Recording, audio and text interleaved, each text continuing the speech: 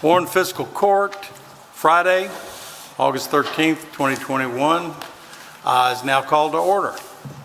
I'd like to ask Esquire Mark Young to lead us in prayer, and immediately afterwards we'll have, he'll also lead us in the pledge to the flag. You would bow with me. Almighty and wise Father God in heaven, we thank you so much for this beautiful day that we have awoken to. We thank you for this opportunity, Lord, that you've given us to gather in this body. And we pray, Lord, that you will watch over this court this morning, that each one of us will do our job to the best of our ability with the best interest of all of the citizens of Warren County considered, and especially with your hopes and wishes for us in mind. God, we're so grateful to live in a county that we do, and we continue to thank you for all the blessings that we have here.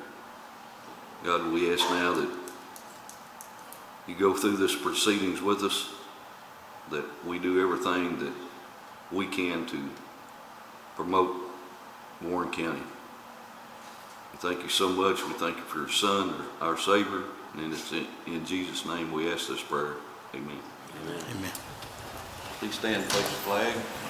I pledge allegiance to the flag of the United States of America and to the republic for which it stands, one nation, under God, indivisible, with liberty and justice for all.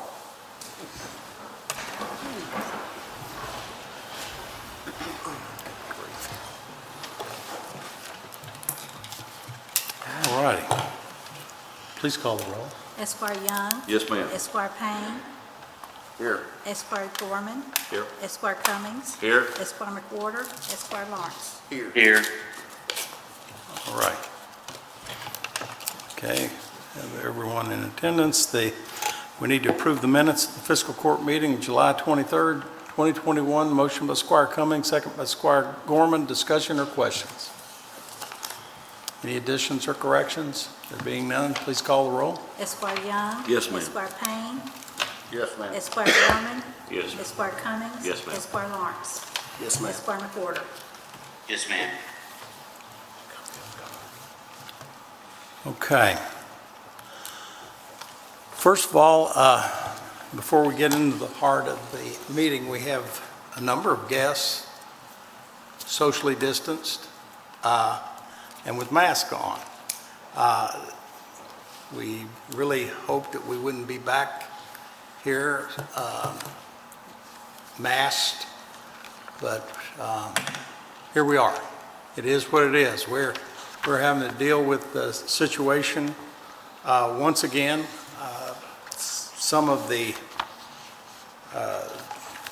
Some people feel that this is going to be a shorter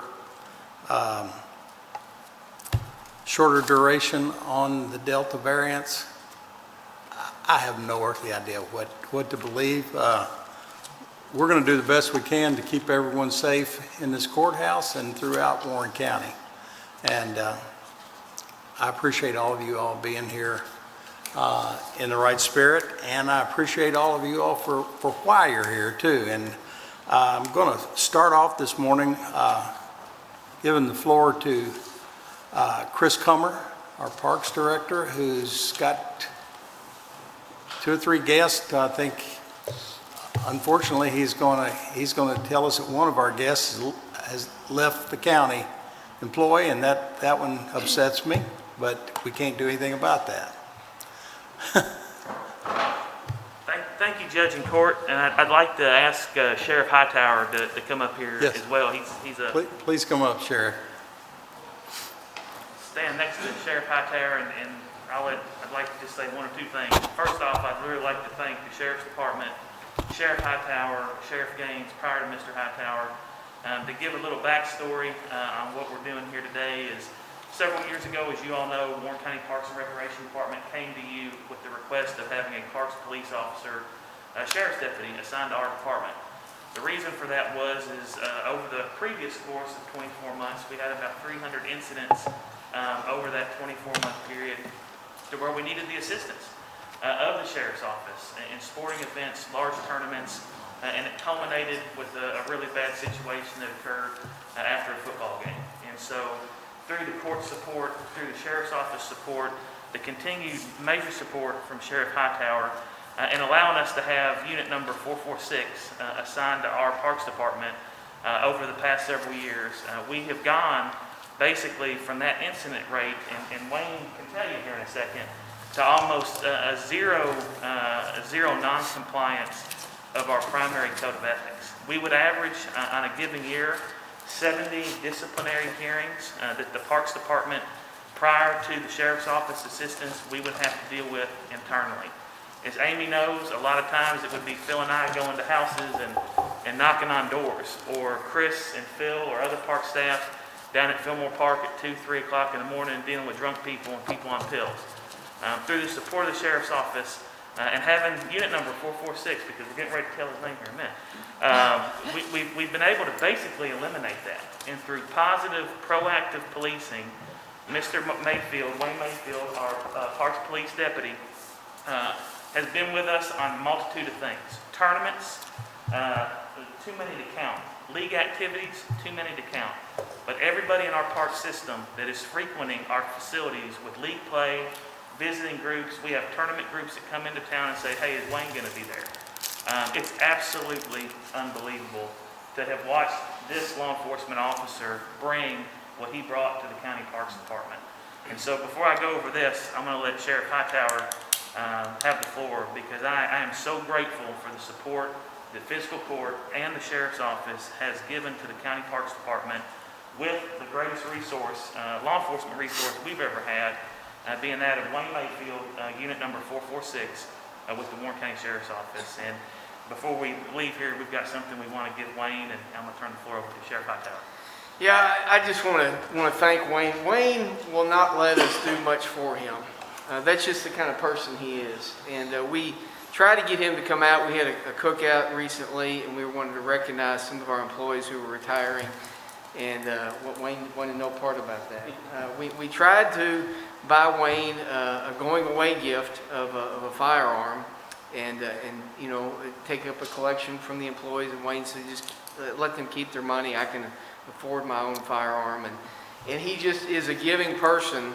And aside from, you know, what he does, because he does a lot for the parks, but Wayne diverts sometimes, and he's been very proactive, very helpful within the Warren County Sheriff's Office. You know, Wayne, what, you got 40-something years of law enforcement in? 47 years of law enforcement in. And I can tell you, every month when I look at the data and statistics from all of our deputies, Wayne is up at the top. He's extremely proactive. And not only is he a good deputy, but he's just good with people.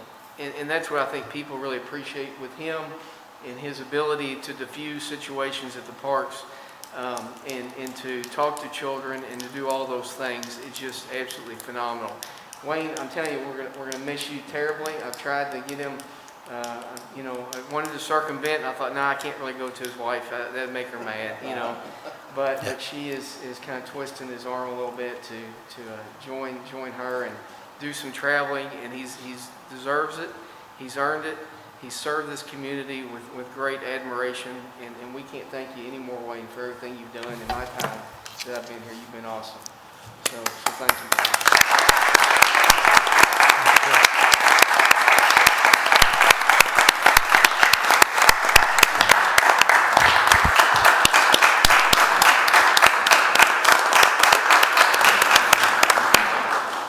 Wayne, if you could join me, I want to give you a little something. I know you didn't want anything, but this is just this is one of our coins, our challenge coins from the Sheriff's Office.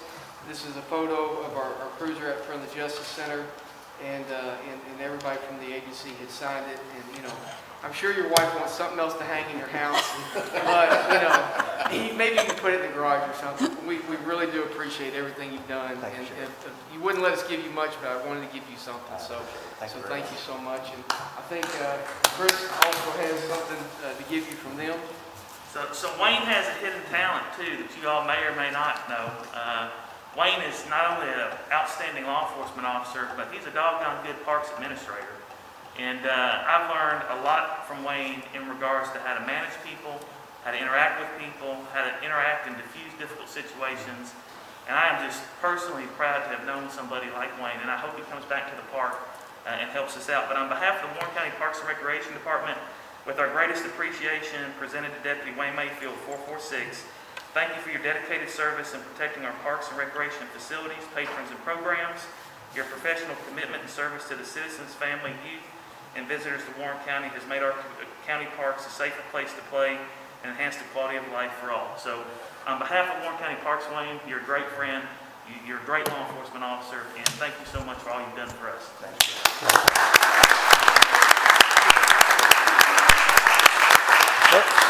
Keep with maybe everybody getting together, if we can just get a little picture with this, maybe us right here with you. Would that be good, or you want to? Yeah, if you guys want to get up here and kind of either come back here behind or stand socially distanced out here if you're not going to wear your mask. Let's try to keep everybody apart, because this COVID is not a joke. Let me just say before we do this, Wayne Mayfield is really and truly the difference in why we saved some of the programs. Chris can tell you that the year before we started working with Wayne, we were ready to cut out a lot of the 6-year-old programs because we had fathers and coaches fist fighting during the games, after the games, in the parking lots. It was just something you wouldn't expect. But Wayne's calm demeanor and confidence as he approaches people has really calmed the waters. And many of the people who had in previous years been aggressive and had, not in their opinion, but in other people's opinions, had caused some of these things, have actually said, thank God you've got Wayne Mayfield out here, because he's actually solved the problem of those other guys that were starting all this. It was always the other guys that starts all this, but we're talking about adults that we have this problem with. And every month when I read Wayne's report, I'm absolutely flabbergasted because of it's unbelievable that one man can do all this in 1 month. Wayne had, what did you say, 47 years of law enforcement. He was the commander at the state police. He's worked with us in the drug task force. He is a leader, and he has a presence that has enabled him to make our Parks Department a more fun and safer place. And we're so appreciative. I'm embarrassed that I can't shake your hand today, but you already know how much we appreciate you. So I'm going to show my appreciation by not shaking your hand today. And if you'd like to say anything, you're welcome to, Wayne. But well, I still enjoy what I do. I'm not leaving because I'm unhappy, but I've been doing this a long time. And my wife told me the first 47 for law enforcement it's fine, but the next 47 is for her. I understand that. I understand that.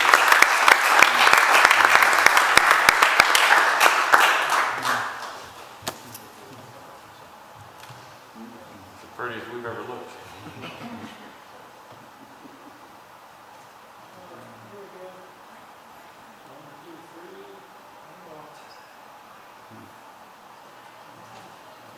Now, official photographer.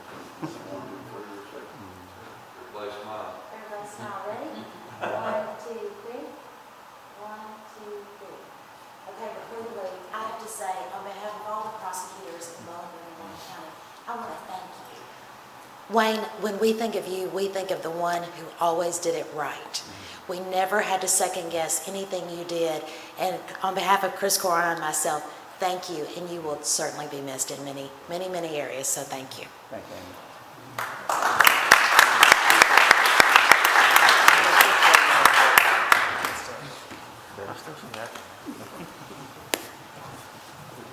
that be can shoot a three-pointer like him either. Thank you, sir.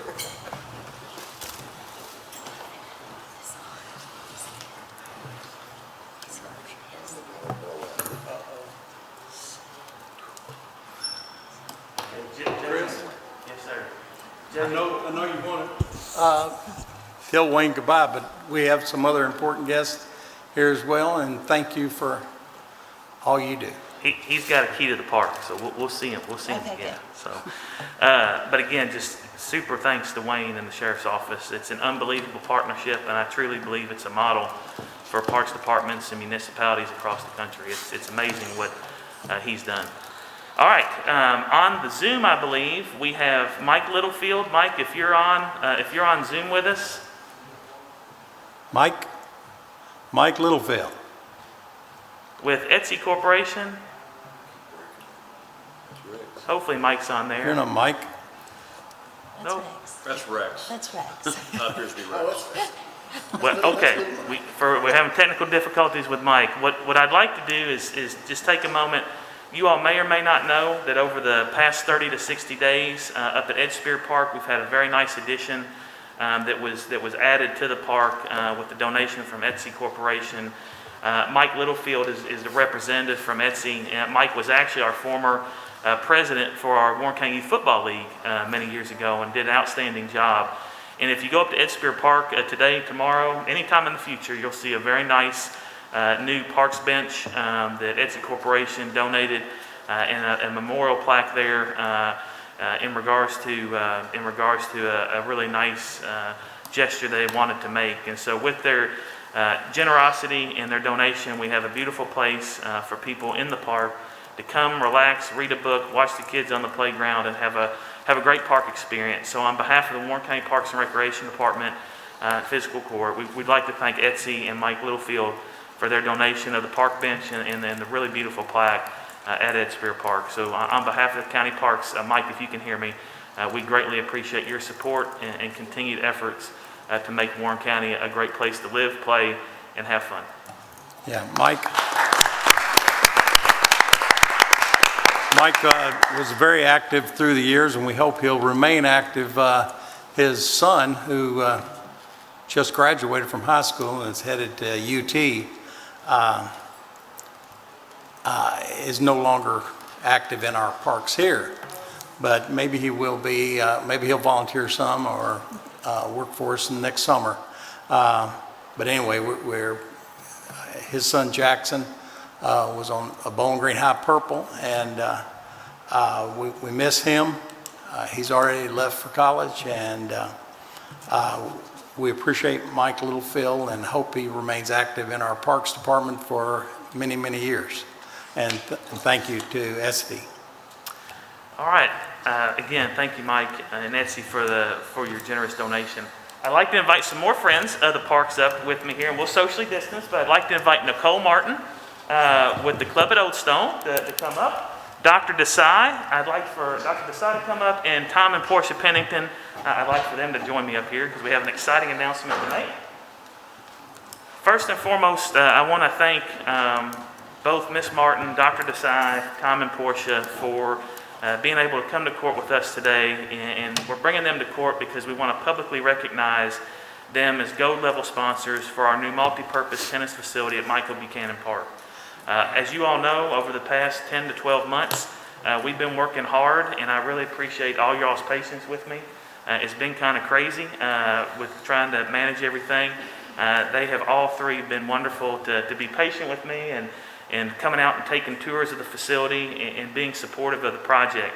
If you have not been to Michael Buchanan Park in the last 30 days, you really need to give me a call, and I would love to give you a tour because the building itself, we're in that 90-day stretch, and November 1st, we're on track. It's a Monday to open the facility to the public, and it's just unbelievable. And because of the support of Tom and Portia, Nicole, the Club at Old Stone, Dr. Desai and his family, which, by the way, we're going to be looking for his son sometime here on a professional level nationally.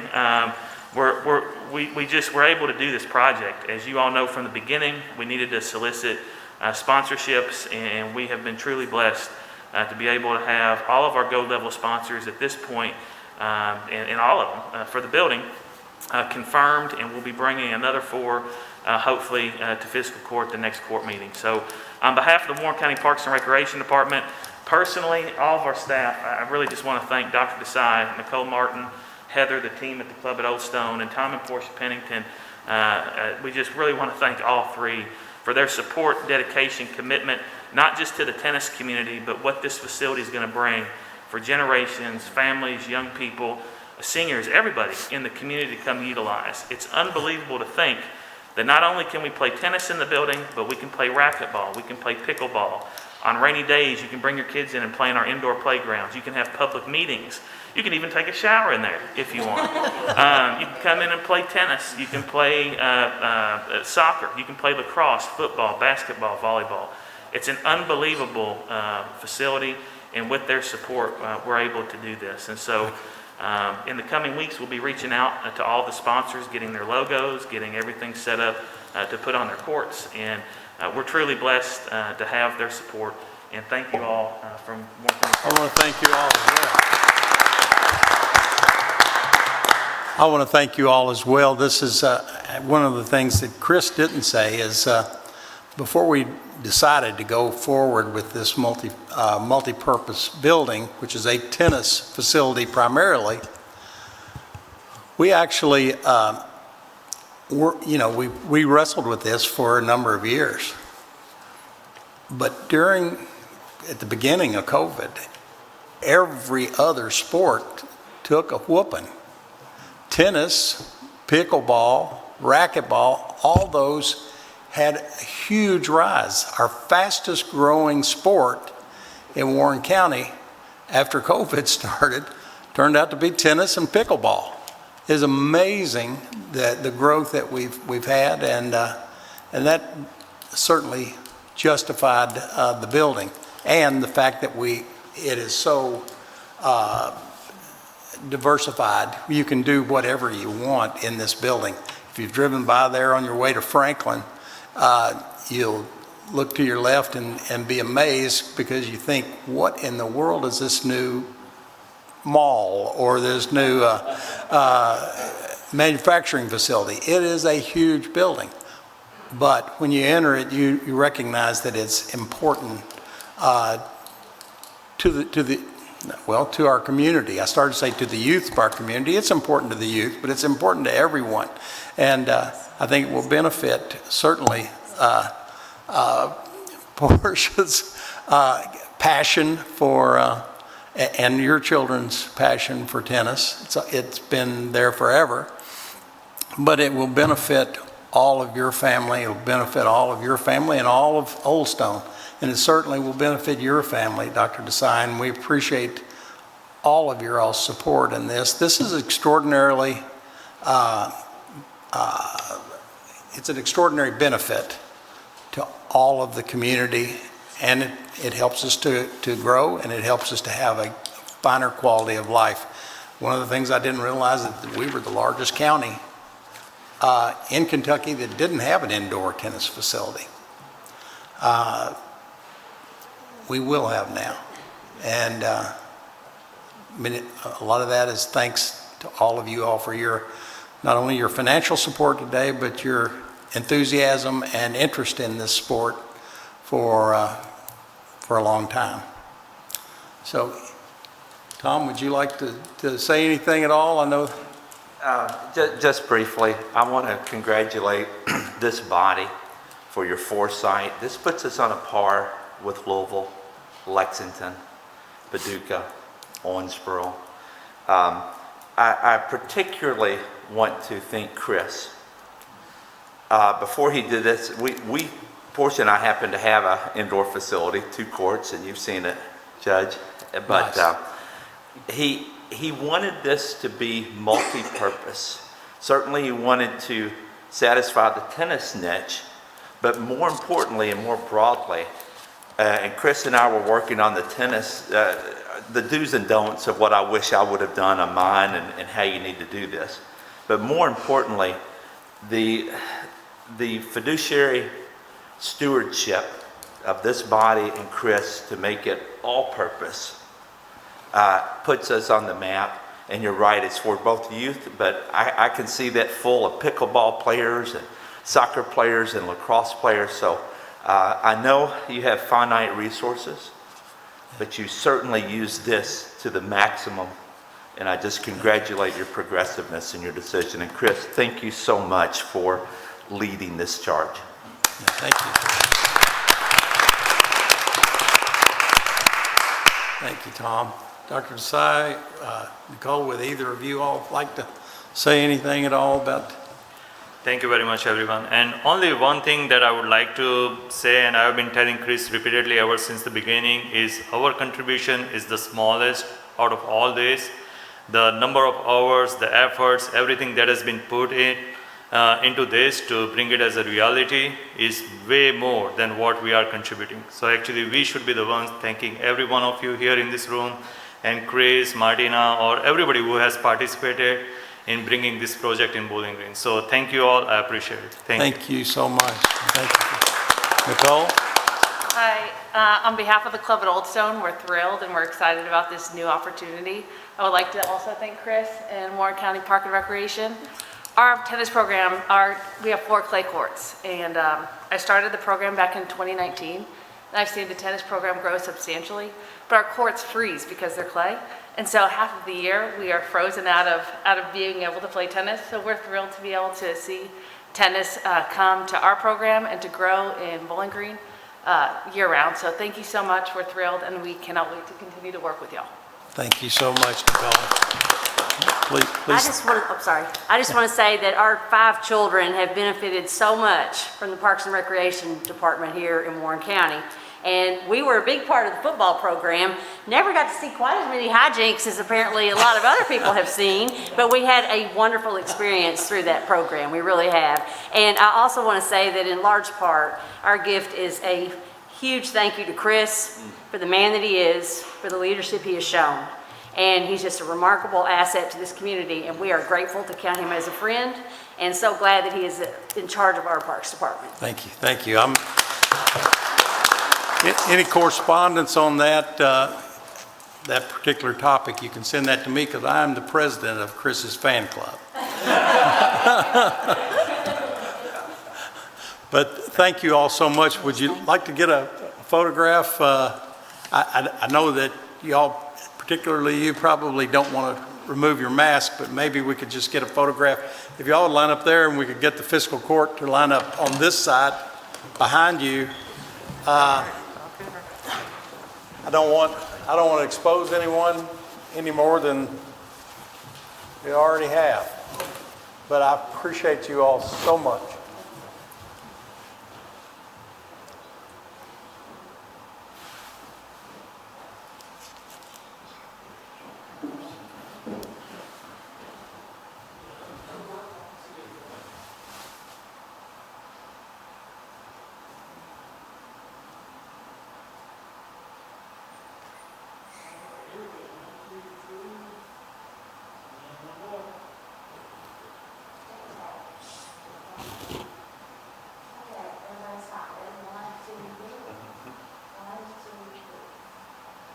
Mike Don said I never looked better.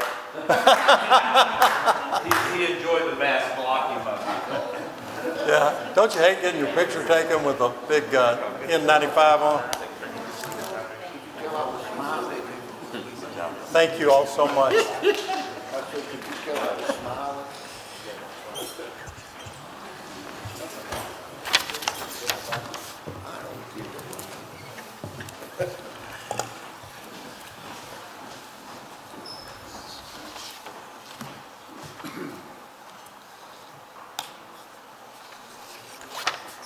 Well, of course, all of you all are already aware of what a fine job Chris does in the parks, particularly those of you who are here who are representing Soapbox Derby champions.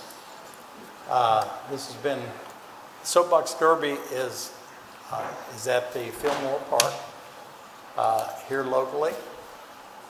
It has been under the sponsorship and operations of the Kiwanis Club since the beginning, one of the biggest ones in the country. We have 2 Kiwanians here on our Fiscal Court, Squire Gorman and Squire Cummings.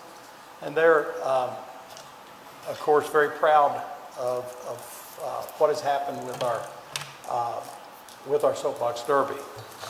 Today, I want to recognize some people, and I apologize that this has taken so long because I know you all have busy lives, but I wanted to, I appreciate those of you who could make it. We have people here who not only excelled at the local soapbox derby, but went on to excel afterwards. And we want to recognize some of those people. I'm going to ask Squire Gorman and Squire Cummings to step up here to greet them. I'm going to call their names one at a time, but I'd like to have everyone come up here to have your photographs taken.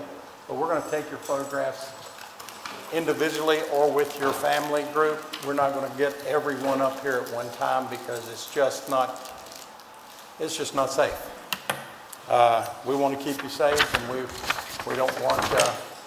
Judge, if I may say something before you get started Yes. reading names, people don't realize that Bowling Green Kentucky had an historic day of enactment at the World Championship. In the 86-year history of the Soapbox Derby, we had never had one race city produce 3 champions that finished in the top 3 in the world. So this has never happened before. So this is a big day, and these kids who get recognized deserve that. And all these kids are champions for sure. Oh, absolutely they are. And there are a couple that couldn't make it, but I'm going to call their names anyway. First of all, though, we have one who I believe is here. The world champion in local super stock, Nathan Christian. All right.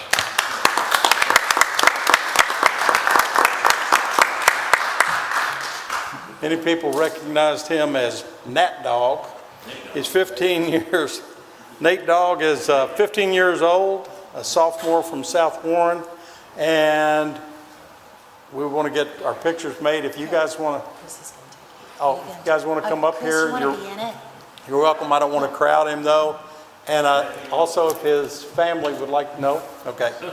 All right, you're on your own, Nate. And make sure he tells you to show off his World Championship ring. Oh, wow.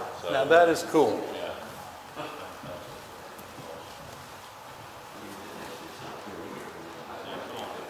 Here, Nate.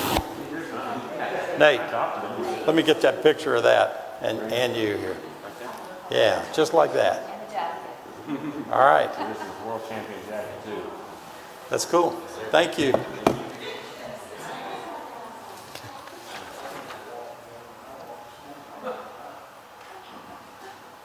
All right, here we go. 1, 2, 3. 1, 2, 3.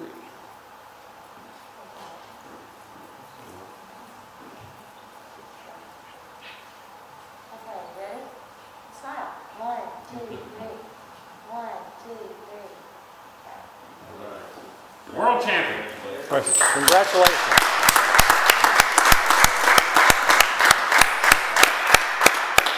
We've got the second to, I like the whole group up here. All righty. Thank you. Congratulations, Nate. Second place in the World Championship in Local Masters Division, who couldn't be with us today, is Cameron Martin, 14-year-old sophomore at South Warren as well, son of Jason and Angie Martin.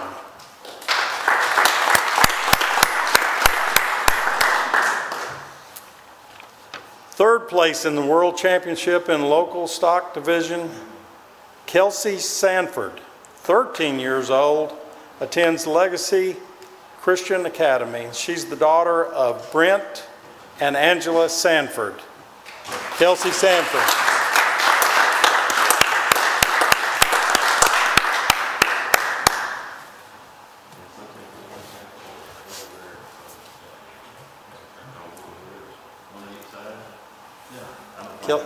Hey, Kelsey. Let me get your picture. Come on, it won't hurt. I promise it's painless.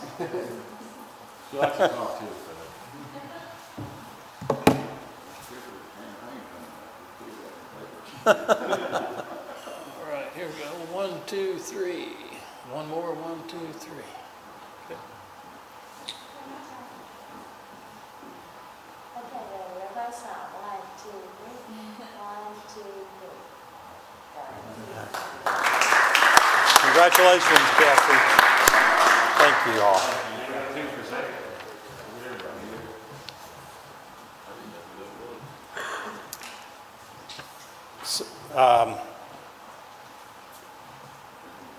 The 8th place in the World Championship in Rally Stock, Super Stock, Chase Schlafke.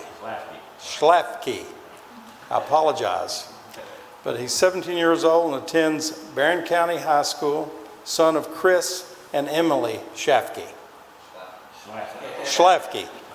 My apologies for murdering your last name. I apologize for that. They were sick. But anyway, we certainly congratulate Chase and his family, and I wish they could be here with us today. Someone who competed in the World Championship Rally Stock Division, Lane Schlafke. Got it right. 15-year-old and attended Barron County High School as well. Also the son of Chris and Emily Schlafke. And by the way, he was the 2019 world champion in local stock.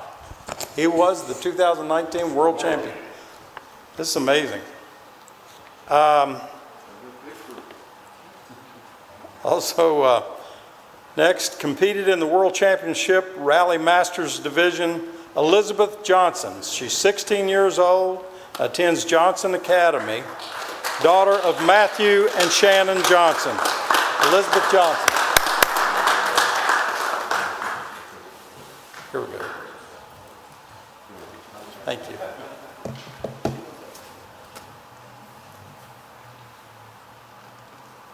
Okay, 1, 2, 3, and 1, 2, 3. It's hard to beat this girl, so just so you Okay. know. 1, 2, 3. 1, 2, 3. Got it. Thank you so much. Congratulations.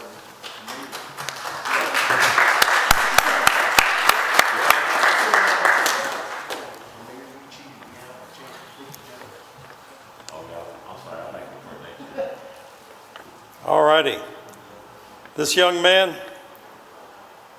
can't believe he's just 10 years old, competed in the World Championship in Rally Stock Division, Tucker Alford, 10 years old and attends Potter Gray Elementary, and the son of Andy and Jenny Alford, and the grandson of Marie Smith.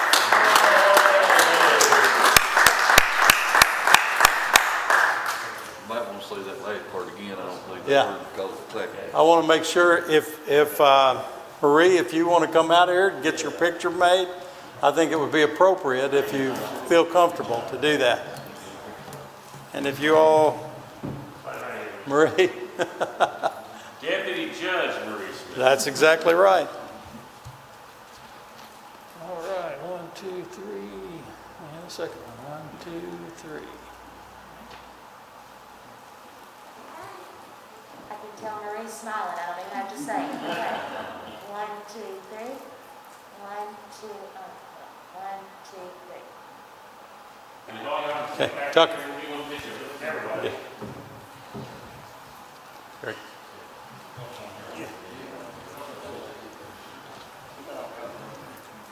Yeah, if y'all could kind of spread out so we don't get,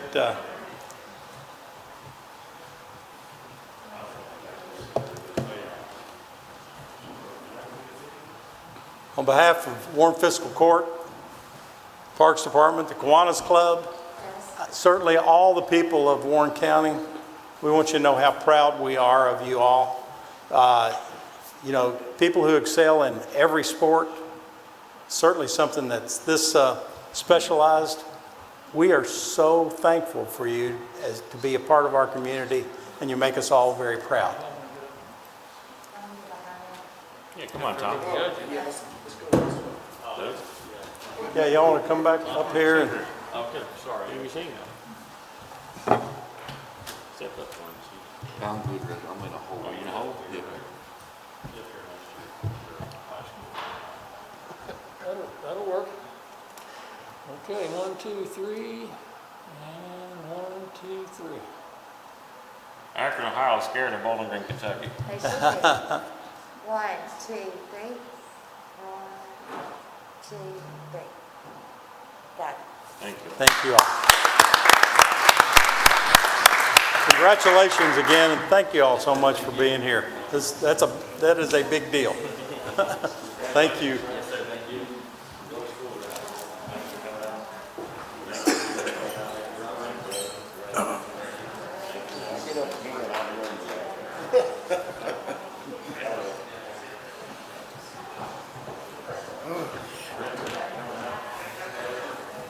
Darn heater out. You cold? No, but I'm fat, so it makes it easier.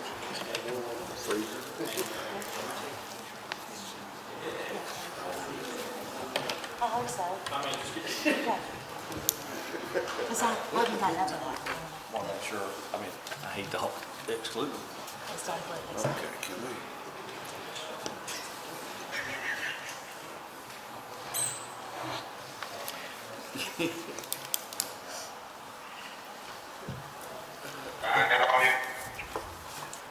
Yeah, hopefully we can come back to that too. Someone's got their mic on. Rex.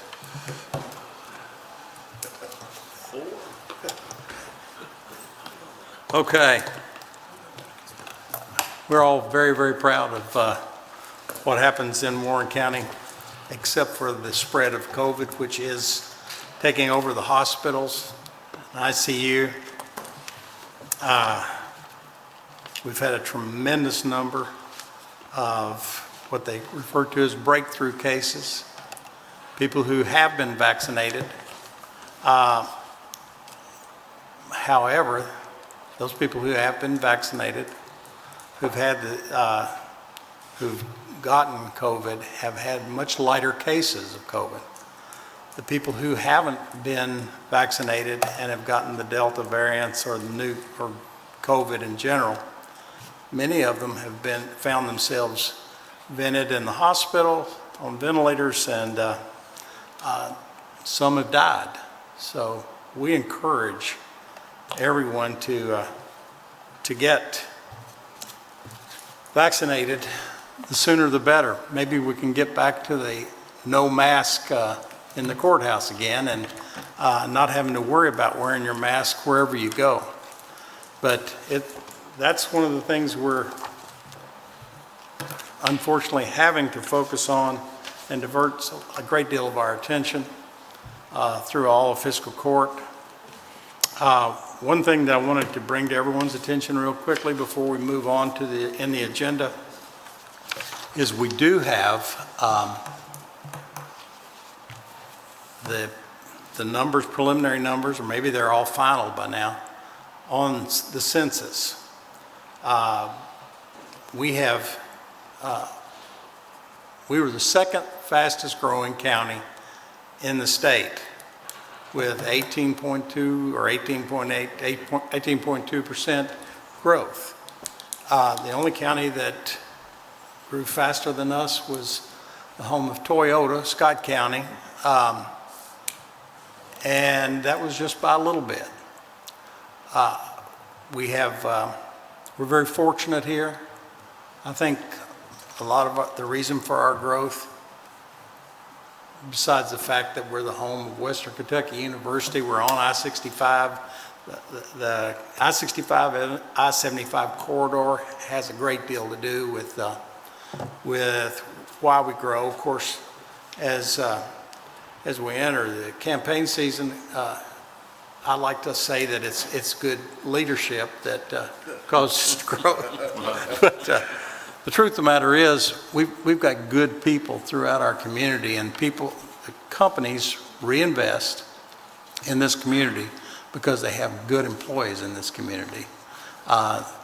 They're experienced, they're hardworking, and they have a great work ethic. I mean, it's built into the people of this area.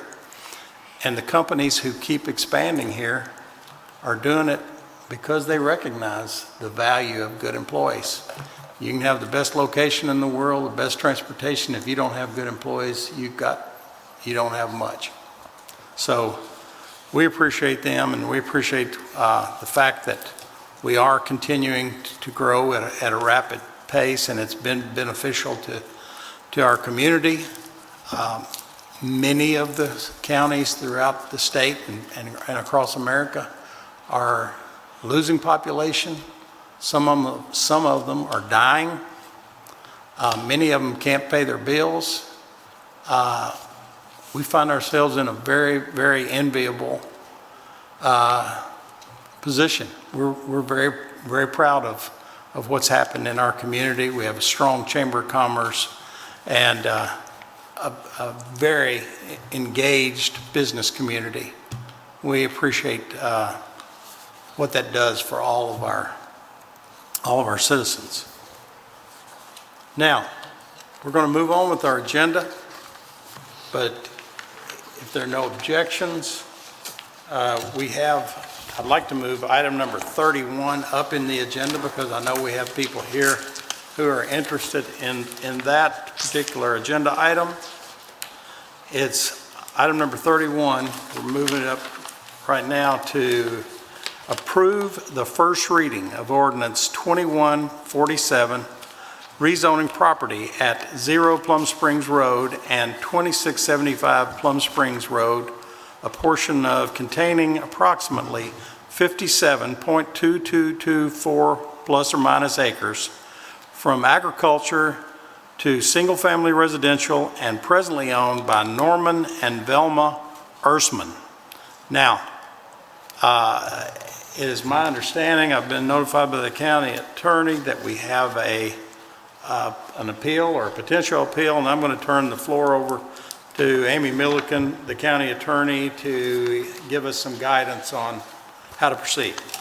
So, Mr. Pardue's here, he's going to. Okay. Just a second.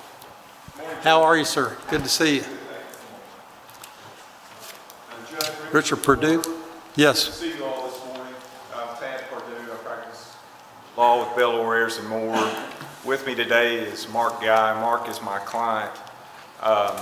Mark lives and resides on Plum Springs Road. He lives immediately next door to the 57 acres that's before you today for consideration and rezoning. On Mark's behalf, we intend to file a notice of opposition. We did oppose this proposed development before the Planning Commission.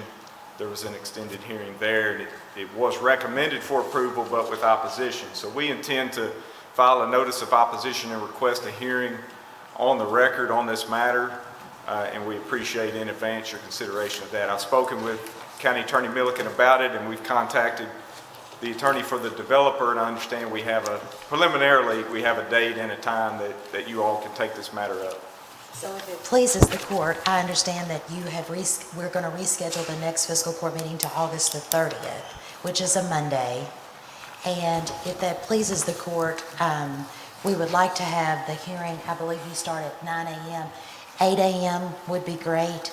He is requesting, in his notice of opposition that he's going to file, he's going to request a hearing on the record. So he's just going to ask for the ability to present to you for 5 or 10 minutes, make an argument. Of course, the proponent would also have the opportunity to do that. And Chris Davenport is their attorney. And Mr. Pardue and I got him on the phone this morning. He is agreeable to the August 30th date. 8 a.m. is fine with him. I believe Mr. Pardue said it was fine with him. It's okay with me if it pleases this body. You could go ahead and have the second reading scheduled for the 30th on your normal agenda, and you would get everything moving one way or another, however you decide to vote. So the first issue is you are going to vote today whether or not to give them a hearing on the record. You do not have to allow them the ability to present anything. You can deny it. I've never seen this body deny that, though. Giving someone the opportunity is a good thing. So that's that. So someone needs to make a motion to allow the notice of opposition Do we need As- to do that before we vote on the first reading on the, You can have the first reading. Either way? You can, either way, oh, I just want to. yeah, either way. Okay. Ms. Milliken, can I mention one other thing Yes. to you? I wasn't aware of this when you and I Yes. were speaking before the meeting. It's my understanding that there are folks that are here today also in opposition to this that I do not represent.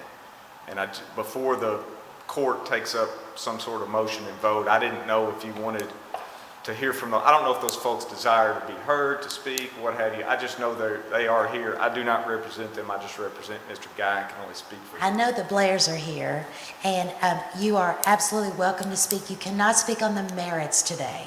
So that will be for the hearing when we have everyone speak and tell their side of the story. But you're welcome to support the notice of opposition if you would like. Does that make sense? That'll be for the hearing, that'll be on August 30th. So today, they're just asking for the ability to appeal the issue. And that's all they can hear today because the other party isn't here and they didn't have notice. How does that not have notice? You have notice for anything on your internet. He hasn't really filed his notice of opposition yet, so they don't have She's notice. talking about the notice of Yeah, opposition. yeah. I just wanted to make it clear that I didn't speak Yes. for anyone Yes. else that might be opposed except for Mr. Guy. And I know the Blairs are here in opposition. Anyone else here in opposition? You're here in opposition? If this body decides to allow them the opportunity to have a hearing on the record, are the Blairs requesting to speak? Yes. Okay, Against okay. And if you wouldn't mind standing up and telling us your name and letting us know if you would like to speak on August 30th as well. Good morning, my name is Ingrid Cotton, and I'm doubly on. Don't, you just want to watch, I get it. Thank you. Anyone else? Okay, thank you. Thank you all for coming. So Okay. you're welcome to have the first reading first. Amy, look, I'll go ahead and make the motion to Okay. have the hearing Okay, on August the 30th. We're going to do the first reading first Yeah. because we've already brought that up. That's fine. Instead of, but if we have the approved first reading of ordinance 2147, rezoning property at 0 Plum Springs Road, and 2675 Plum Springs Road, containing approximately 57.2224 plus or minus acres from agriculture to single-family residential, presently owned by Norman and Velma Erstman. Now, do I have a motion to approve that? Motion, this is just first reading, which is really, we're one of the few bodies throughout the state that actually takes a vote on first readings. Most of the time, it's just read and it goes in as first reading. The vote really counts on the second reading. So we have a motion to approve the first reading by Squire Gorman, second by Squire Payne. Any other questions or discussion about that? Judge, I have some comments that Go I ahead. would like to present to this body too. I went personally myself to this location Wednesday afternoon. Magistrate Young, I don't want to interrupt you. I can't talk about this either, Well, you're sitting in you're getting ready to sit in a quasi judicial setting. okay? So any comments would probably be best held for, this really isn't a vote to approve. This is a vote to put it on for a second reading, if you even call it a vote. Judge Buchanan's right, we're one of the few counties across the Yeah, state I that ever understand yeah. This is just notice that there's going to be a vote on August 30th for this issue. That's really all it is. Amy, would I be hear you. also appropriate if we had any questions for Ben to wait to that. You would have to wait until August 30th. And you would need to do that on the record, and we'll talk about that in just a second. Okay, go ahead. Sorry. All right, we have a motion and a second to approve the first reading. If there are no other questions, please call the roll. Esquire Young, No. Esquire Payne, Yes, ma'am. Esquire Gorman, Yes, ma'am. Esquire Cummings, Yes, ma'am. Esquire McWhorter, No. Esquire Lawrence. Yes, ma'am. Okay, Judge Buchanan, now you have, you're going to have before you, and Magistrate Cummings has already made a motion to accept the notice of opposition and allow a hearing on the record. So you have a motion pending before the court. Okay, we have a motion by Squire Cummings, second by Squire Gorman. Right? That's right. Okay. Any discussion or questions? Please call the roll. Esquire Young. Yes, ma'am. Esquire Payne. Yes, ma'am. Esquire Gorman. Yes, ma'am. Esquire Cummings. Yes, ma'am. Esquire McWhorter. Yes, ma'am. Esquire Lawrence. Yes, ma'am. Okay, now no one likes what I have to say next, and that is you are now sitting in a quasi-judicial setting. And what that means is you are not allowed at this point to discuss the matter with any party outside this body in open session. So on August the 30th at 8 a.m., we will come before this body. Mr. Perdue will make a presentation. The Blairs may speak. Anyone else, they were allowed to speak as well generally. And Mr. Davenport will make an argument as well. At the conclusion of that, you have the ability to ask them questions. You have the ability to ask Ben Peterson questions. And Mr. Perdue is going to provide you with a video of the hearing at the Planning Commission. So you'll be able to see what they discussed as well. I'm sure that's long before that August 30th. Long before, I would say you'll get that probably on Monday or Tuesday of next week. And it'll be sent to you via email. If you don't have it by, let's say, next Thursday, call me and I'll make sure that whatever issues is taken care of. Any questions for me regarding anything? No? No? Okay. I don't think so. Thank you for keeping us out of trouble. I'll keep you off track. We appreciate the court's consideration. It's good to see you all and be here today. Thank you, Pat. Thank you. Thank you. Okay, I apologize for the delay in taking this. I wanted to move y'all right to the front, but we had some other previously scheduled. Now, one other thing that I'm going to move up to the top that was the late entry is changing the fiscal court meetings. The regularly scheduled fiscal court meetings, there are 3 that we need to change. Some are about the governor's local issues conference and then other meetings. But here, I think you all have the list, but here are the fiscal court meetings that we want to change to different dates. Friday, August 27th to Monday, August 30th.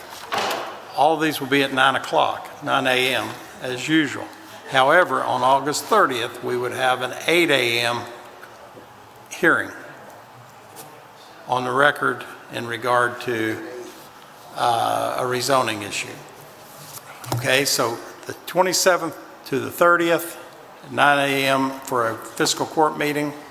And then from Friday, September 24th to Monday, September 27th at 9 a.m. And from Friday, October 8th to Monday, October 11th at 9 a.m. What was the last one, Judge?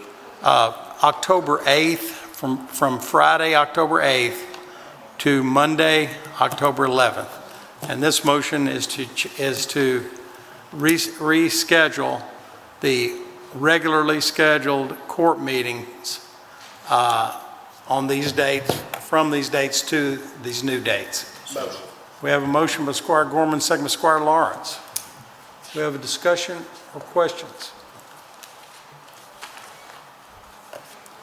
There being none, please call the roll. Esquire Young. Yes, ma'am. Esquire Payne. Yes, ma'am. Esquire Gorman. Yes, ma'am. Esquire Cummings. Yes, ma'am. Esquire McWhorter. Yes, ma'am. Esquire Lawrence. Yes, ma'am. Okay, and you're all going to be certainly reminded of this, but you might put in your notes that on that August 30th to be here for an 8 o'clock hearing for that. Okay, now we'll go back to the regularly scheduled agenda items. Next item would be item number 5 is to approve a work schedule for the Warren County Road Department. So moved. So Motion by moved. Squire Payne, McWhorter. second by Squire McWhorter. Discussion or questions?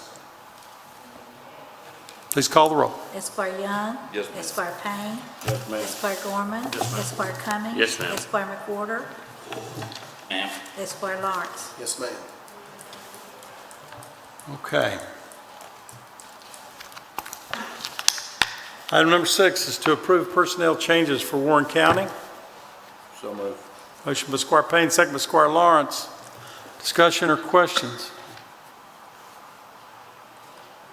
Please call the roll. Esquire Young. Yes, ma'am. Esquire Payne. Yes, ma'am. Esquire Gorman. Yes, ma'am. Esquire Cummings. Yes, ma'am. Esquire McWhorter.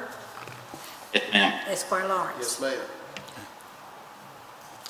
Item number 7 is to approve the new tennis multipurpose recreation facility gold sponsorships and recognition of their support at $25,000 each. This is Portia and Tom Pennington, Dr. Desai and family, and the club at Old Stone. Again, we want to recognize them and put those in the form of a motion by Squire Lawrence, Second. second by Squire Second. Cummings. Discussion or questions? Please call the roll. Esquire Young. Yes, ma'am. Esquire Payne. Yes, ma'am. Esquire Gorman. Yes, ma'am. Esquire Cummings. Yes, ma'am. Esquire McWhorter. Ma'am. Esquire Lawrence. Yes, ma'am. Okay. Item number 8 is to approve Resolution 2124, a resolution of the Fiscal Court of the County of Warren, Kentucky, directing Warren County Downtown Economic Development Authority to take certain formal actions as the agency, instrumentality, and constituted authority of the county, specifically directing the authority to authorize the financing of capital improvements on property owned by the authority and used for a public purpose. So moved. Motion by Squire Young, second by Squire Lawrence. Discussion or questions? Please call the roll. Esquire Young. Yes, ma'am. Esquire Payne. Yes, ma'am. Esquire Gorman. Abstain. Esquire Cummings. Yes, ma'am. Esquire McWhorter. Ma'am. Esquire Lawrence. Yes, ma'am.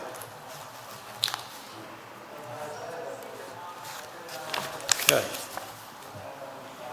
Item number 9 is to approve second and final reading of ordinance 2143, establishing Sheldon Lane, Hilliard Circle, and Hilliard Court located in Upton Farm subdivision as county roads and authorizing maintenance thereon and setting speed limits thereon. Motion. Motion by Squire Cummings. Second by Squire Payne. Discussion or questions? Please call the roll. Esquire Young. Yes, ma'am. Esquire Payne. Yes, ma'am. Esquire Gorman. Yes, ma'am. Esquire Cummings. Yes, ma'am. Esquire McWhorter. Esquire Lawrence. Yes, ma'am.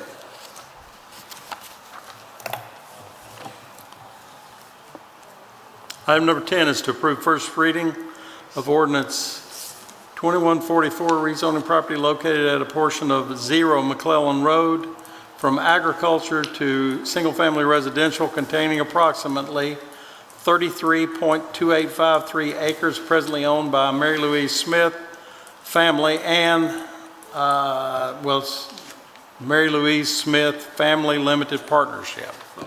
Motion by Squire Cummings. Second by Squire Young. Discussion or questions? Please call the roll. Esquire Young. Yes, ma'am. Esquire Payne. Yes, ma'am. Esquire Gorman. Yes, ma'am. Esquire Cummings. Yes, ma'am. Esquire McWhorter. Esquire Lawrence. Yes. Yes, ma'am. Item number 11 is to approve first reading of ordinance 2145, rezoning property located at 2688 Cumberland Trace Road from agriculture to office professional, commercial, containing approximately 12.74 plus or minus acres and presently owned by the Lehman Avenue Church of Christ. So moved. Motion by Squire Young, second by Squire Payne. Discussion, questions? Please call the roll. Esquire Young. Yes, ma'am. Esquire Payne. Yes, ma'am. Esquire Gorman. Yes, ma'am. Esquire Cummings. Yes, ma'am. Esquire McWhorter. Esquire Lawrence. Yes, ma'am. Okay. Item number 12 is to approve emergency management to apply for the Assistance Program Non-Supplanting Certification. This is to ensure that sub-grant funds are not used to replace or supplant funds that would normally be available or appropriated for the same purpose. And this is nunc-pro-tunc. We had to go ahead and make that application, so it's more of a ratification than anything. So a motion by Squire Cummings, second by Squire Lawrence. I don't know, I think all of you all understand what supplanting means, but in federal law, you can't use federal funds to replace something you already have budgeted for out of regular funds. I don't know if that's the case in all other grants, but it certainly is in federal. We have a motion and a second. Do we, no further discussion? Please call the roll. Esquire Young. Yes, ma'am. Esquire Payne. Yes, ma'am. Esquire Gorman. Yes, ma'am. Esquire Cummings. Yes, ma'am. Esquire McWhorter. Esquire Lawrence. Yes, ma'am. Okay. Item number 13 is to approve a refund for unused funds for the 2019-20 Household Hazardous Waste Grant in the amount of $20,623.71. The Division of Waste Management didn't process the 19-20 grant closeout report during the calendar year because the staff was not in the office due to COVID-19. Spring 2020 event was canceled due to the COVID-19, and grant funds were not fully spent. We have a motion by Squire Lawrence, second by Squire Payne. Discussion, questions? Please call the roll. Esquire Young. Yes, ma'am. Esquire Payne. Yes, ma'am. Esquire Gorman. Yes, ma'am. Esquire Cummings. Yes, ma'am. Esquire McWhorter. Esquire Lawrence. Yes, ma'am. All right. Item number 14 is to approve order 2114 surplusing a 1995 school bus for the Warren County Sheriff's Department and transferring to the Edmondson County Emergency Management and the Grant Judge Executive Authority to sign certificate of title. Motion.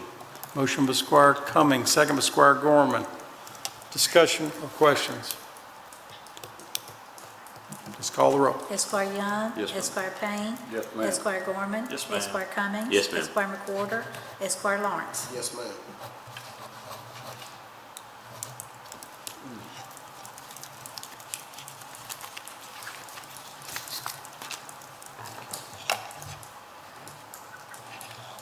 Item number 15 is to grant authority to advertise for replacement of road culvert on Richards Road. This is funded by Stormwater Management. Motion by Squire Cummings, second by Squire Young. Discussion or questions?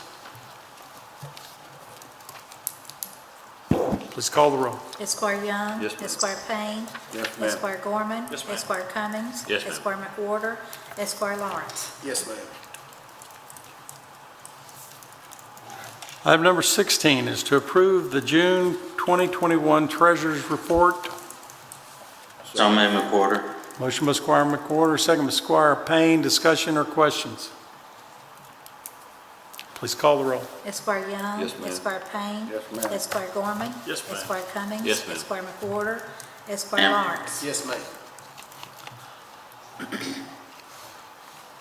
Item number 17 is to approve emergency determination to right implement for the, in the amount of $1,326.69 for replacement Gator ATV windshield. The old one was broken and driving it was beyond repair. So moved. Motion by Squire Young, second by Squire Cummings. Discussion or questions? Please call the roll. Esquire Young. Yes, ma'am. Esquire Payne. Yes, ma'am. Esquire Gorman. Yes, ma'am. Esquire Cummings. Yes, ma'am. Esquire McWhorter. Esquire Lawrence. Yes, ma'am. Item number 18 is to approve emergency determination to Comfort Systems USA in the amount of $4,284 for replacement of a 4-ton compressor in one of the air units at Moore Park. Motion. Motion by Squire Cummings, second by Squire Young. Discussion or questions? Please call the roll. Esquire Young. Esquire Payne. Yes, ma'am. Esquire Gorman. Yes, ma'am. Esquire Cummings. Yes, ma'am. Esquire McWhorter. Esquire Yes. Lawrence. Yes, ma'am.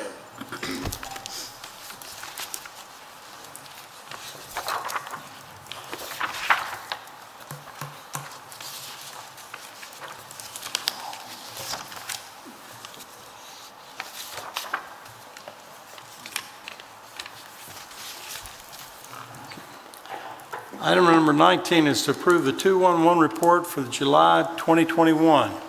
Motion. Motion by Squire Lawrence, second by Squire Payne. Discussion or questions? Please call the roll. Esquire Young. Yes, ma'am. Esquire Payne. Yes, ma'am. Esquire Gorman. Yes, ma'am. Esquire Cummings. Yes, ma'am. Esquire McWhorter. Esquire Lawrence. Yes, ma'am.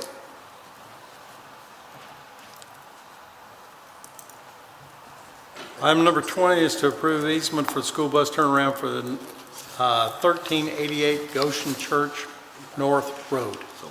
Motion by Squire Young, second by Squire McWhorter. Discussion or questions? Please call the roll. Esquire Young. Yes, ma'am. Esquire Payne. Yes, ma'am. Esquire Gorman. Yes, ma'am. Esquire Cummings. Yes, ma'am. Esquire McWhorter. Esquire Lawrence. Yes, ma'am. Item number 21 is to approve a determination in the amount of $3,926.64 to Jones Auto Sales for repairs to a 2021 Nissan Rogue that was involved in an accident. A motorist failed to stop coming off I-65 ramp and hit the rear of one of our electrical inspectors on the Glasgow Road. The thing I don't know about this is the insurance going to pay for it, or do we know, Josh? Yeah, we waited until we had the final bill, but I've sent that information over to Sarah Bessinger, who helps us try to get that reimbursement taken care of. But we've got the accident report and the final bill now, so yes, we are working on that. It'll just take a little bit of time. But the motorist has insurance? Correct. Good. All righty. Thank you, sir. All right, do I have a motion to approve? So made, McWhorter. Motion by Squire McWhorter, second by Squire Cummings. Discussion or questions? Please call the roll. Esquire Young. Yes, ma'am. Esquire Payne. Yes, ma'am. Esquire Gorman. Yes, Esquire ma'am. Cummings. Yes, ma'am. Esquire McWhorter. Esquire Yes. Lawrence. Yes, ma'am.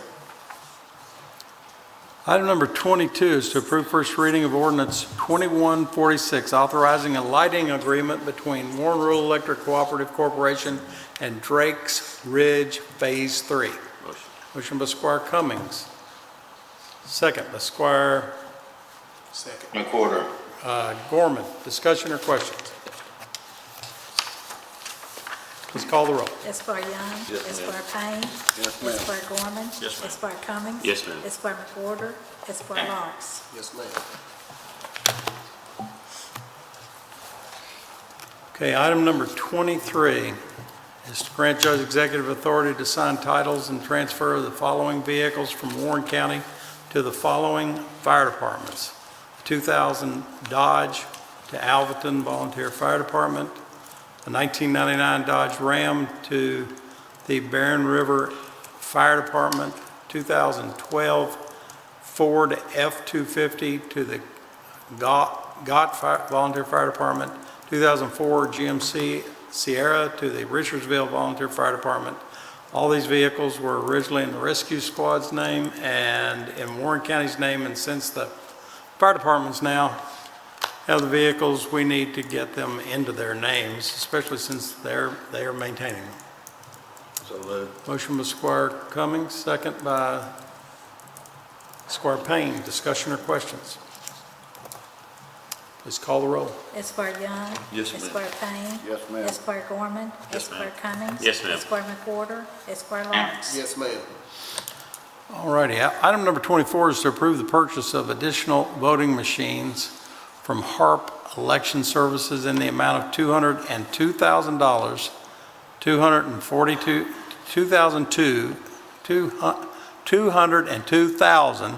$202,242 for the Warren County Clerk's Office. So these, how many machines are we buying here, Ms. Yates? You will notice this is actually the remainder of what we were lucky enough to get a grant Right. to purchase the majority.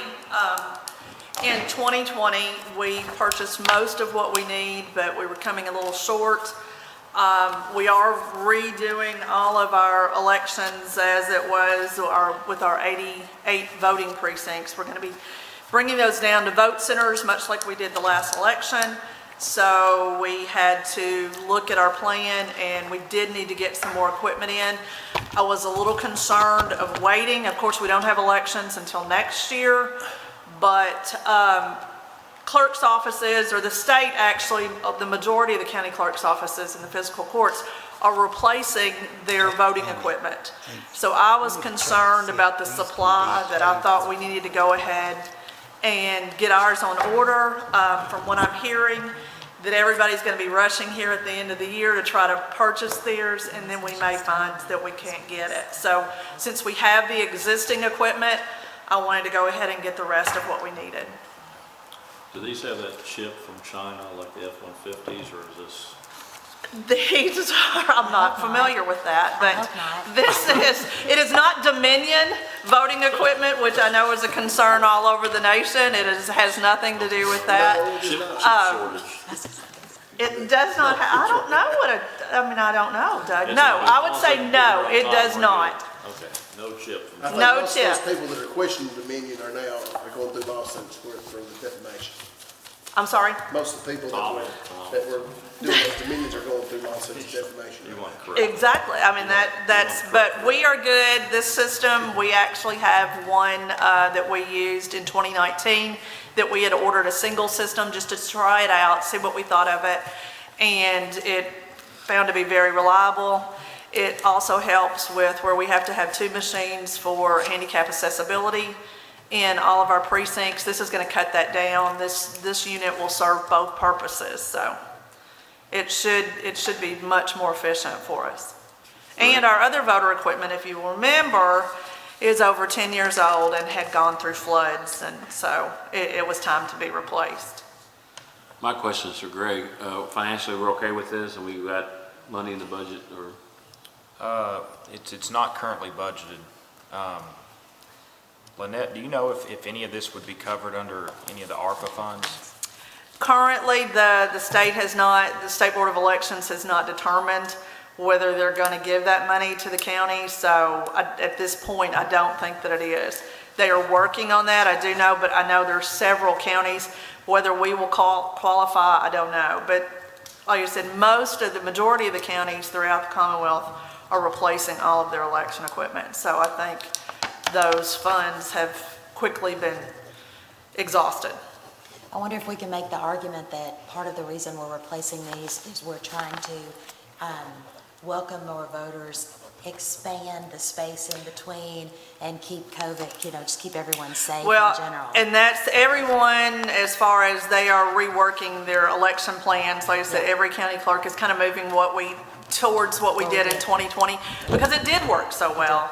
And it does cut down on staffing. It helps, everyone on both sides of it, the voting end and the offices that are conducting the elections. So, like I said, I don't know. We can check to see. But at one of my last meetings, there are a lot of counties that are trying to get that, and they have not been able to. Like I said, now our other money, the 546 or 576 that we purchased with the grant money, that was the majority of ours. But like I said, I just don't want us to fall short, especially with Warren County growing the way it is. We want to make sure that we have enough voting equipment for all of our places. So just make sure I understand, we're good if we don't get any extra reimbursements from these other funds, whatever, we're still okay budgetary-wise and financially for Warren County to purchase these? Correct. If we need to pay for them, yes, we have the money if it's not covered under ARPA. If it's covered up under ARPA, we will pass a resolution in this body to pay for it under ARPA, but until we get the final guidance out from the federal government, from the Treasury, we don't know that yet. And that's what these counties are all falling on. A lot of the counties had already purchased equipment in thinking that the ARPA funds were going to be available, and I think they are now finding that that is not the case. Well, like I said, I think they're still clarifying some of that information. We have a great many other things that we intend to utilize the ARPA funds for, but we can't, we can pass the resolutions, but we may have to go back and amend them because we don't know that they're going to comply. So we're going to wait until we get the final guidance and do it right the first time. But it's something that we need to work on and get it done as soon as possible. And I agree with you, we need the machines, we can't. Yeah, we don't want to fall short. And like I said, I'm very concerned about the supply because of what's being ordered. all over the state, all over the country as far as that goes. This is one of the newer voting systems, and it's supplied by HARP election equipment. HART election equipment's out of Texas. Yeah. HARP is our vendor here in Kentucky, but I know that I heard a conversation between one of their representatives, and they were a little concerned themselves about the supply with all the states trying to get new voter equipment and something that's more secure. So I'm just a little concerned. I thought we need to jump in on this before we get closer to the deadline of the elections and then not be able to get it. I agree. And we are going to watch this carefully. You may see a resolution that you think is redundant, but that resolution will only be because it's been determined that the Treasury would support this. And we'll wait and see how that goes. You need a motion? We don't have a motion yet. No, we don't have one. I'll make the motion. We have a motion by Squire Cummings, second by Squire Gorman. Any additional questions for Ms. Yates? All right, please call the roll. Esquire Young. Yes, ma'am. Esquire Payne. Yes, ma'am. Esquire Gorman. Yes, ma'am. Esquire Cummings. Yes, ma'am. Esquire McWhorter. Esquire Lawrence. Yes, ma'am. Thank you. Thank you very much. One of the variables that, of course, we grew 18.2%, so we're going to have some increase in federal assistance over the next 10 years. But here's the downside of it. We grew by 18.2%, second fastest growing county in the state, and that 18.2% includes, ordinarily, our census would include the WKU students. Those of you who remember this, WKU had been dismissed and was not meeting here locally on April 1st when the reports came out. So we missed a great many of the WKU students. For each one of those that we lost, we lose federal assistance for the next 10 years. So it's not just about the bragging rights of who grew faster and why, but it's about the federal revenue stream that comes into each county. Those people who had gone home to their home counties and homes wherever their parents are, and on April 1st reported it in that county. So it is highly likely and probable that we were the fastest growing county in the state, but we just couldn't count the ones who weren't here on that date. And they were ordinarily counted in previous years. But now that'll be for good news 10 years from now, because we'll show extraordinary increase unless we're shut down at Western again. But Western's a big percentage of our population, and whereas we're now officially 134,554, I think we probably were in excess of 140,000, but that's not going to reflect that officially for the next 10 years. So we will lose some funds because of that. Hopefully, some of these ARPA funds will help make up for that regular federal funds that should be coming into us. Okay.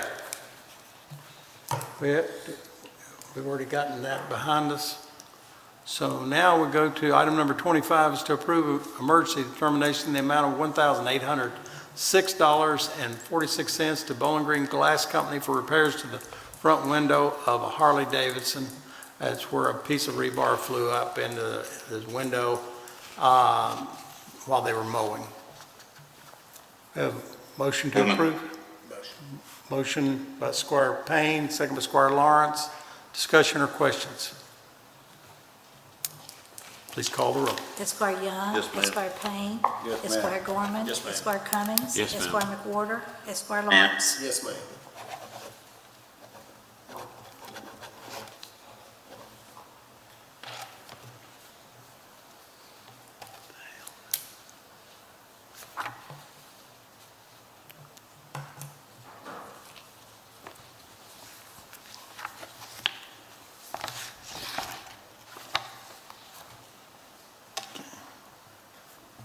Item number 26 is to grant judge executive authority to sign the cooperative service agreement with the United States Department of Agriculture, Animal and Plant Health Inspection Services and Wildlife Services to manage and help control the goose, duck, and domestic bird issues at Griffin Park. These birds are negatively impacting aviation flight paths, causing traffic collision risk, and disrupting land management facility operations at the park. Those of you who've been out there, if you tried to fish or utilize the waterfront, already understand that. We have a motion to approve. Motion by Squire Cummings, second by Squire Gorman. Discussion or questions? Please call the roll. Esquire Young. Yes, Esquire ma'am. Payne. Yes, Esquire ma'am. Gorman. Yes, ma'am. Esquire Cummings. Yes, ma'am. Esquire McWhorter. Esquire Lawrence. Yes, ma'am.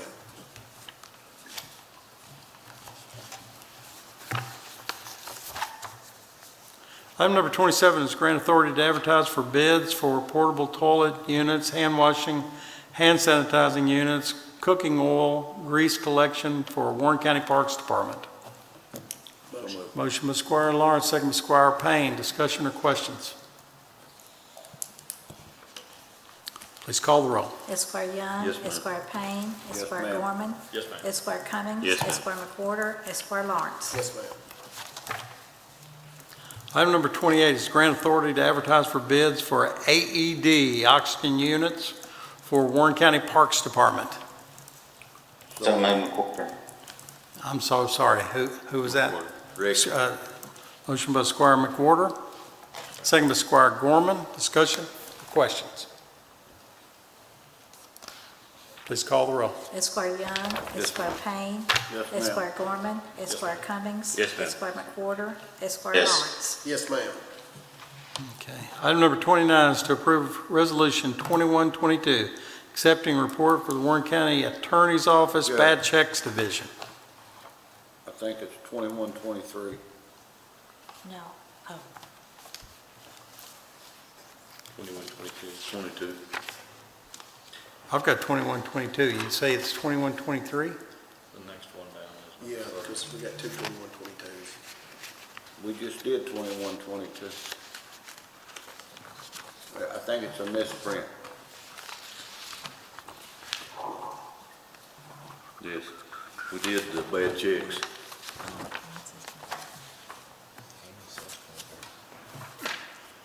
Show it to him.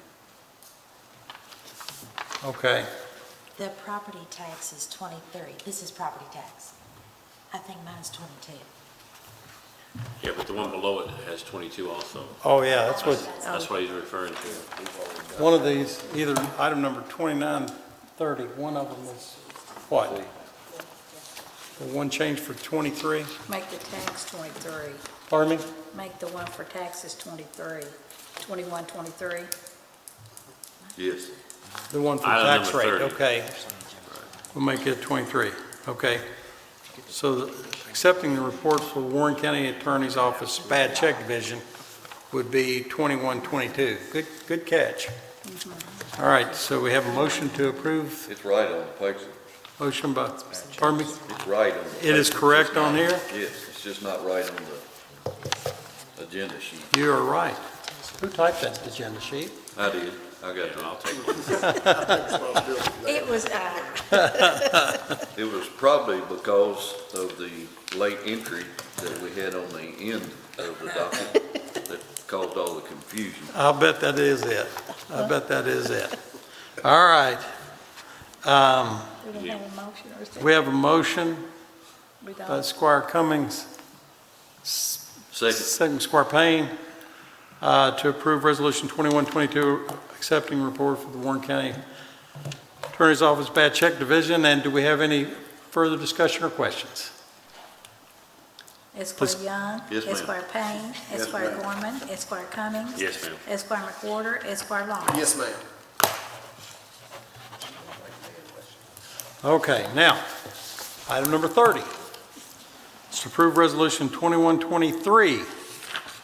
2123, implementing the tax rate for Warren County for fiscal year 2122 on real property at 14.5 14.5 cents per $100 of assessed value, 18.8 cents per $100 of assessed value on personal property, and 16 and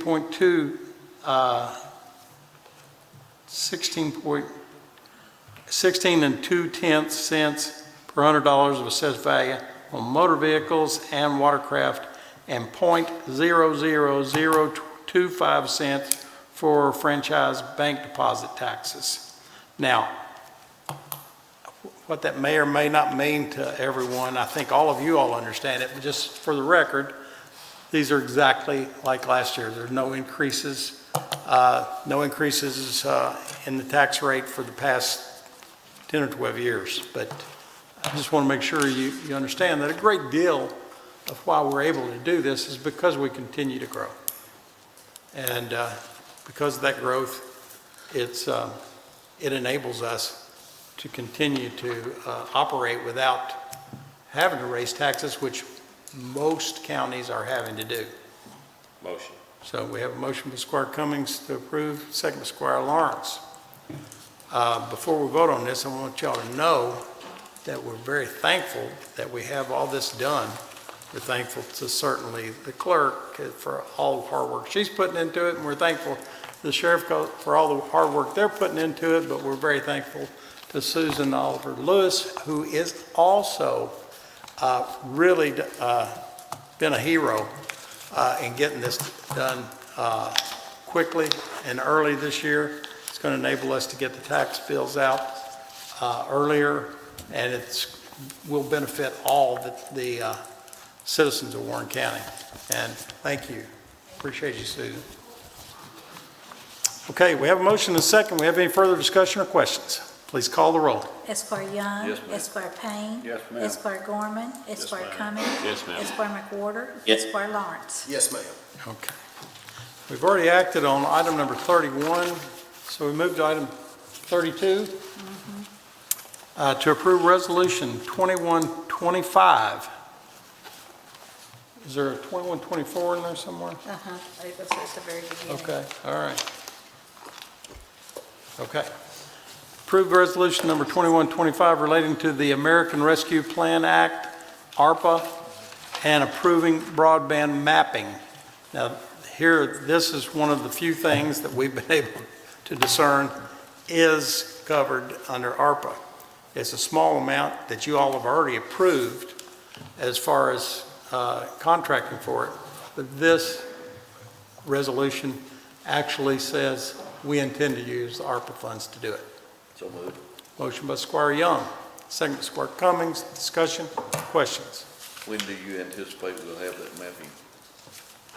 He's working on it now. Yeah. I asked him this morning how close it is, but it takes a while. They have to have the cooperation of not only NCTC, Spectrum, Windstream. They're not going to get cooperation from AT&T because nobody gets cooperation from them. I don't know. We don't know the answer, but they're moving along with all that they can actually certify or verify as being correct. And I expect to see it soon. And we'll see it sooner if all of the vendors who do business in Warren County comply with providing the information to them. Esquire Young. Yes, ma'am. Esquire Payne. Yes, ma'am. Esquire Gorman. Yes, Esquire Cummings. Yes, ma'am. Esquire McWhorter. Esquire Lawrence. Yes, ma'am. Yes.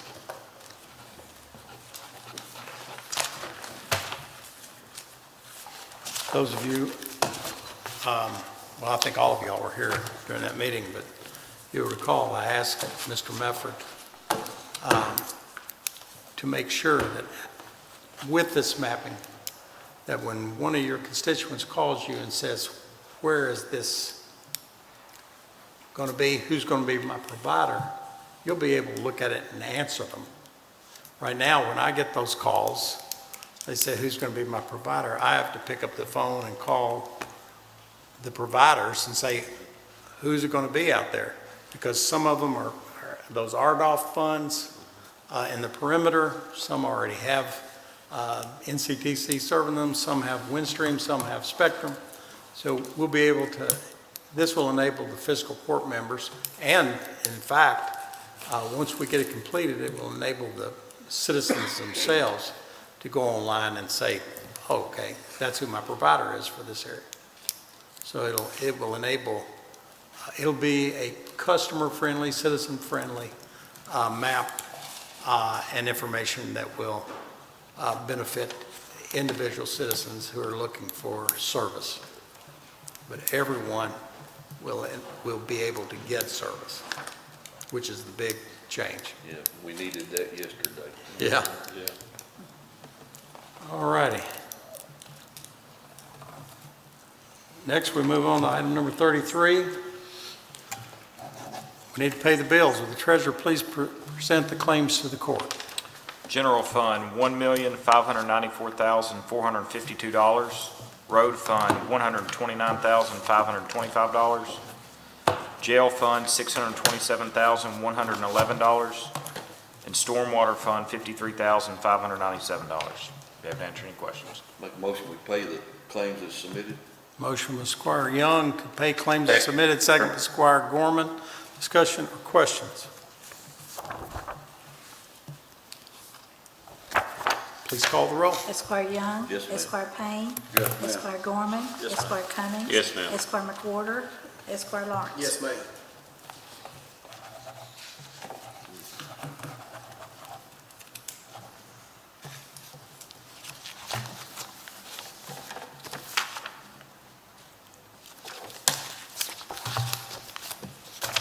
All righty.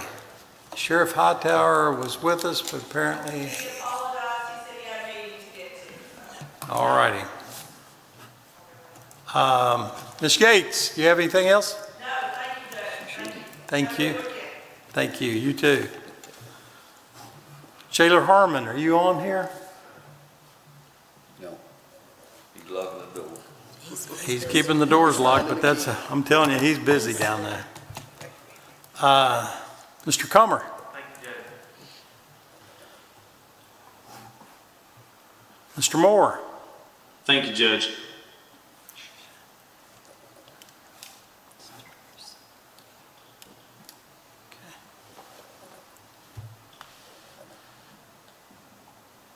Mr. Reagan, do you have anything? I know you're on here 2 or 3 times.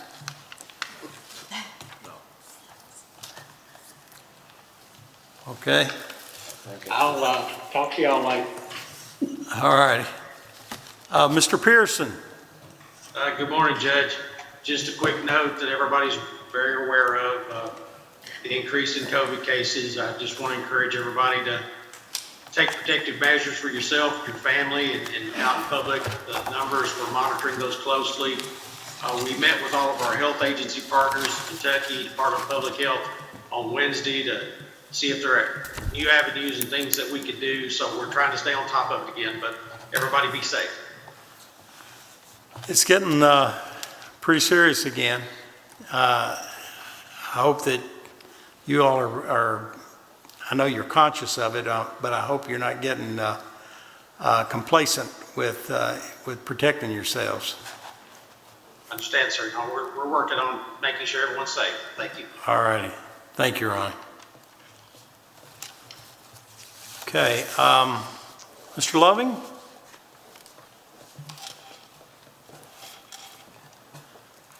Ms. Lewis?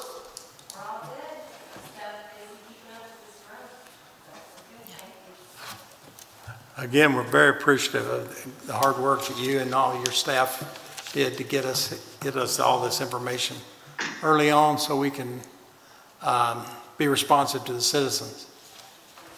Thank you. Mr. Appling? Thank you, Judge. Mr. Peterson, how are you? Good. Thank you, Judge.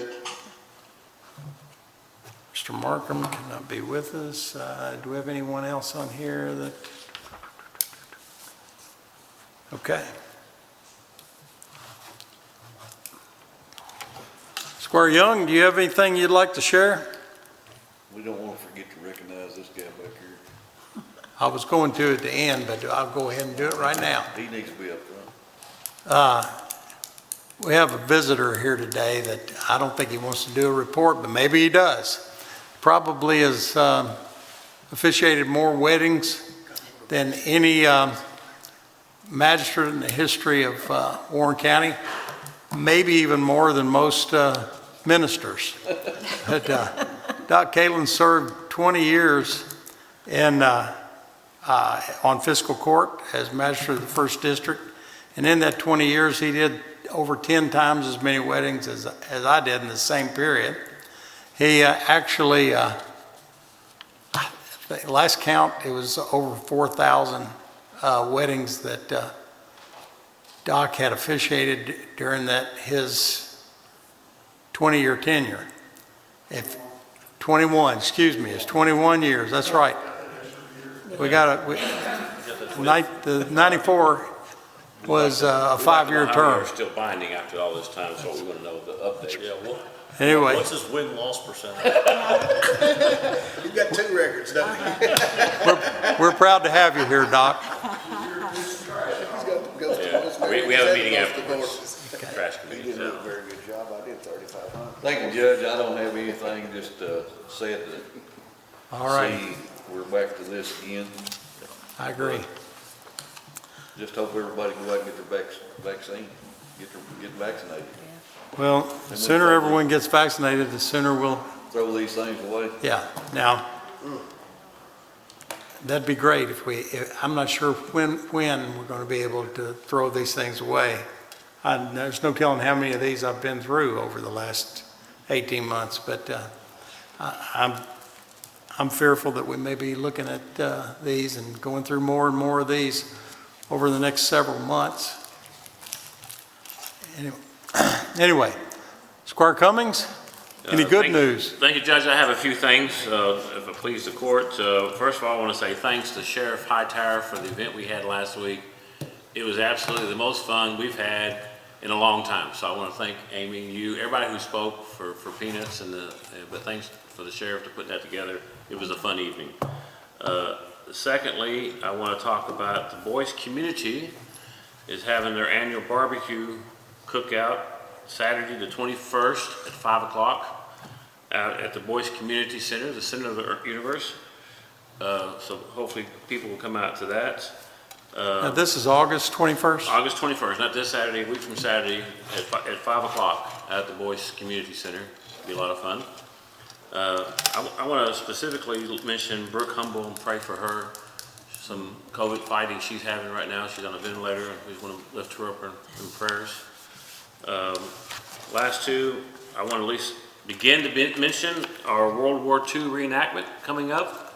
It's October the 2nd. Just got news yesterday that will turn the event into a major event, although it was big anyway, is that we've got a commitment for the only active operational Tiger tank in the whole nation of our country will be here in Warren County on October 2nd.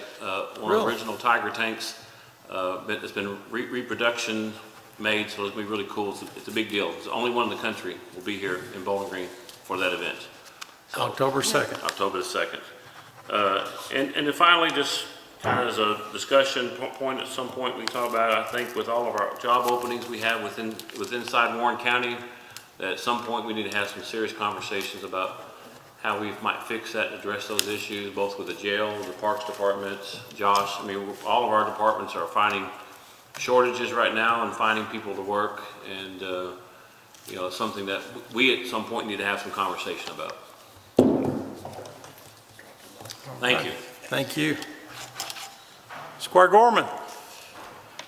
All good, Judge. Just people stay safe out there. I would like to say, you told us breakthrough cases.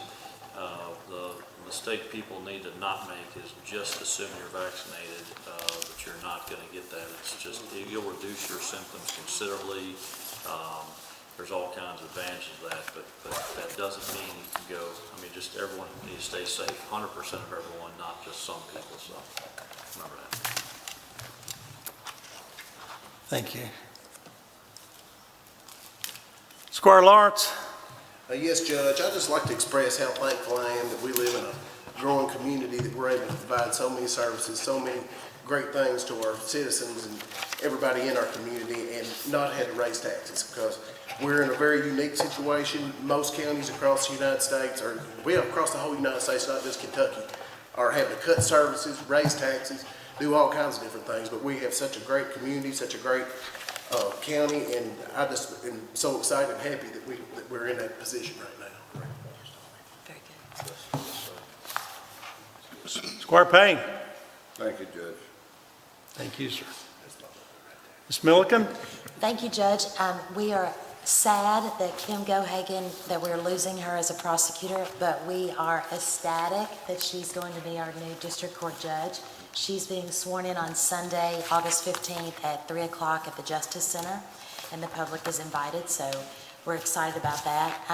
Tom Lawrence and I got to celebrate the opening, or the 5-year grand reopening of the 211 Center. That was fun this week, and we are going to miss Wayne Mayfield.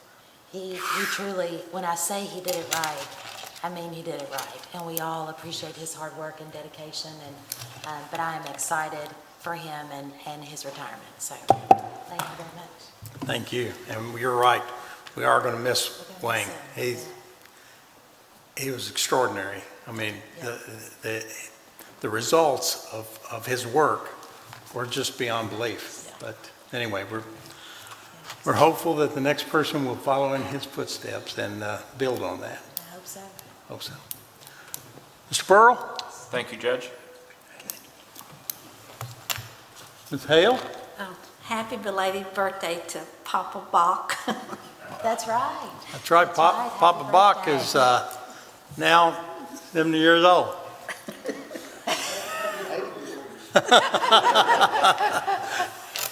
Happy birthday again, Doc. Absolutely. Judge, I would like to mention the South Little League.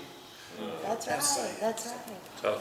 For their accomplishment, and we're saddened about what happened to them and not being able to continue the competition.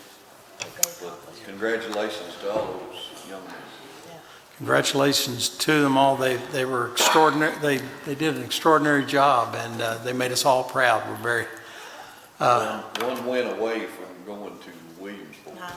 I know, but we're very proud of them, and whether you're from North Warren or East or wherever, we're very proud of the South Warren boys.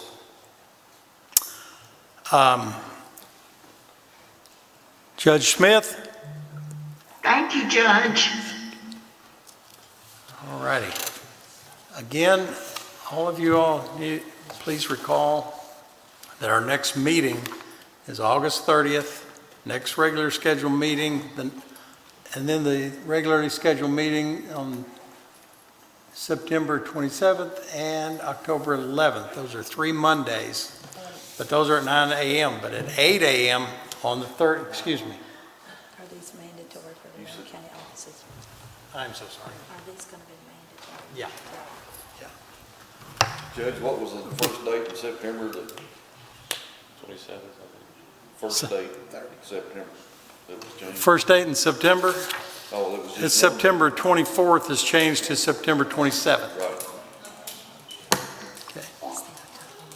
October 8th is changed to October 11th. Right. August 27th is changed to rescheduled to August 30th. At 8 a.m. for the hearing, 9 a.m. for the fiscal court meeting. Okay. Now, there'll be a public notice going out either later today or Monday stating that county buildings you'll be required to wear a mask to enter Warren County Courthouse or other public county buildings. We'll have a little more detail on that as to how it affects the parks programs, which is going to be very limited. I mean, it's going to be a limited problem, but we will have to have people who are coming in into the indoor facilities will have to wear masks. We'll outline that in the public notice, but we're going to try very hard not to affect any of the actual services the county government provides. We're not going to close offices, we're not going to close the parks, but we are going to limit their exposure to all of our employees and our employees' exposure to everyone else. No one that works for county government or anywhere else is excited about wearing masks all day long. And certainly if you're working in the PVA or the clerk's office and you're working in a solitary area by yourself, you can relieve yourself from the mask. But once you get up and you're walking through the office or in the hallways, you'll be required to put that mask on for while you're up and about and coming in contact with other people. This is a precaution that I hope everyone appreciates, even though many will not. But it's for the benefit of the entire community. It's not just for your benefit. It's for the people that you come in contact with each day. So you'll see that notice, and all of you all get one, but it'll go out to the media. It'll go to you all before it goes to the media, but I'll make sure you all get a copy as soon as we're completed. We're just trying to fine tune it, particularly for the Parks Department. But we don't anticipate cutting any services at all. We're not shutting down any offices. We're simply limiting access to those who have masks to put on. And we'll wear them. And, for people who resent that, I apologize. But it's something that's necessary. And